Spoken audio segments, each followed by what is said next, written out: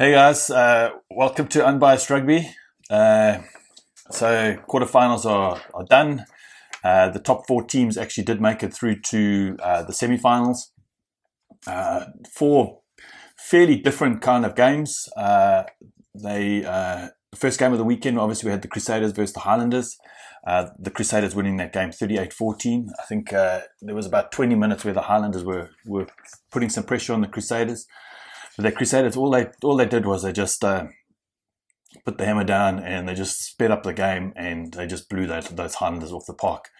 It was sort of like a David versus Goliath, and Goliath actually did win. It was pretty one-sided, and I was also reading up now that the Highlanders are losing 12 players or 17 players. You know, they're going to be decimated next year, the same as a lot of the Super Rugby sides are going to be decimated next year.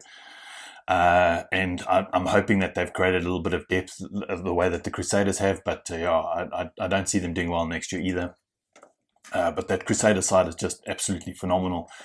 When they want to pick up the pace, they just do it, and you would have to put money on them to actually win this competition. Next game was the Highlanders versus the Chiefs. The Highlanders winning that game 21-16. I actually stayed up till midnight and I watched this game. For me, you know, there was a lot of moments where the Chiefs got back into that game, but it was just uncharacteristics of the Chiefs. A lot of knock-ons at strategic points. Their discipline just seemed absolutely atrocious. I'm just trying to think. It was the Highlanders game that was even more. The discipline was absolutely atrocious, where the guy saw at the ref, and then that's a penalty. You know, these are coach killers, and I felt the same with the Highlanders Chiefs. It didn't feel for me that the Highlanders were going to lose. And there were 2-point moments where they took those penalties, and the Highlanders deserved their spot in the top four. They definitely do. Yes, there's a lot of travelling involved, but you know, most of the sides are pretty used to that now. I just felt, for me, the Highlanders were the much better team on the day. Next game, which was probably the game of the weekend, which I thought could have gone the Bulls' way. I predicted that the Bulls would win that game, but so sad. My wife's telling me I should never learn. But the Hurricanes winning that game 35-28. And if you guys have watched the game, it was an exceptional game of rugby. Well worth the 80 minutes. I think the Bulls did a perfect job to say, listen, you know, we're back in the competition. You know, last year, they haven't made the playoffs since 2013. They made the playoffs, the knockouts this year. Last year, I think they finished in 13th spot, and this year they finished in 5th. Besides the top four, I think they were the best of the rest. I'm going to be completely honest. I did feel that they were the best of the rest. And yeah, it was so close. They could have really drawn that game. And I think the Hurricanes are a better team because they beat the Bulls that day. And I think it'll make them a better team next week playing against the Crusaders. But yeah, pretty disappointed from a Bull supporter's point of view. But the Hurricanes deserved their victory. You know, there's a lot of talk about, you know, shoulder charging and things like that. At the end of the day, you take your chances when the chances are there. And if the ref doesn't see it, then the ref doesn't see it. You know, we can say as much as we want after the game. But, you know, you take your chances when they are on offer. And the Bulls didn't. And in the end, they were chasing the game, and you know, it's pretty difficult to beat the Hurricanes when you're chasing the game. So congratulations to the Hurricane, well deserved.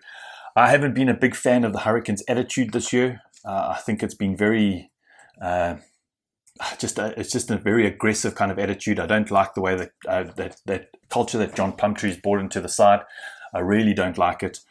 I know Ardie Sevilla is that kind of abrasive kind of player, but it was really nice with Cornel Hendricks and TJ Perenara after the game.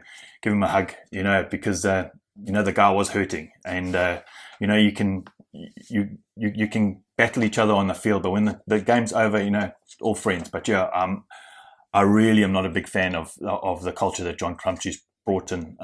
It's a culture that still permeates in the Sharks. Yeah, so, but yeah, I still think they're one of the top sides to maybe beat the Crusaders next week. Last game of the weekend, I actually didn't even bother to watch this game. I was planning to watch it, and then I saw the score and I saw a few of the highlights, and I thought, you know what, I'm actually not going to even waste my time. which is very, very sad. It's a sad thing to say about a Sharks side. Somebody said the Sharks are the best team in South Africa with the worst coaching, and I fully agree. It's time to bring in some fresh blood in at the coaching level. I don't think they're losing as many players. Yes, they're losing all the Duprees, but that's not such a bad thing, except maybe Dan.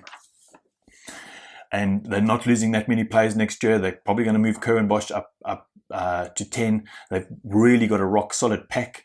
I just think they desperately need a decent coach. And for whatever, sometimes it's just not a good fit. And I'm not saying Robert Dupree is a bad coach. I'm just saying maybe him and the Sharks just aren't a really good fit, and maybe he needs to go find a coach somewhere else, and he'll be successful there, and the Sharks can be successful with somebody else.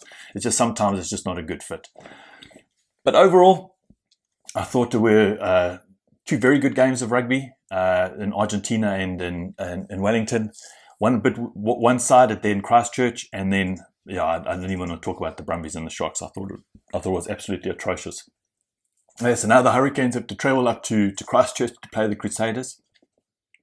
And also thinking about it, if the Bulls had actually won that game, I don't think there would have been a lot of competition to the Crusaders. They've been running on borrowed time for quite a while.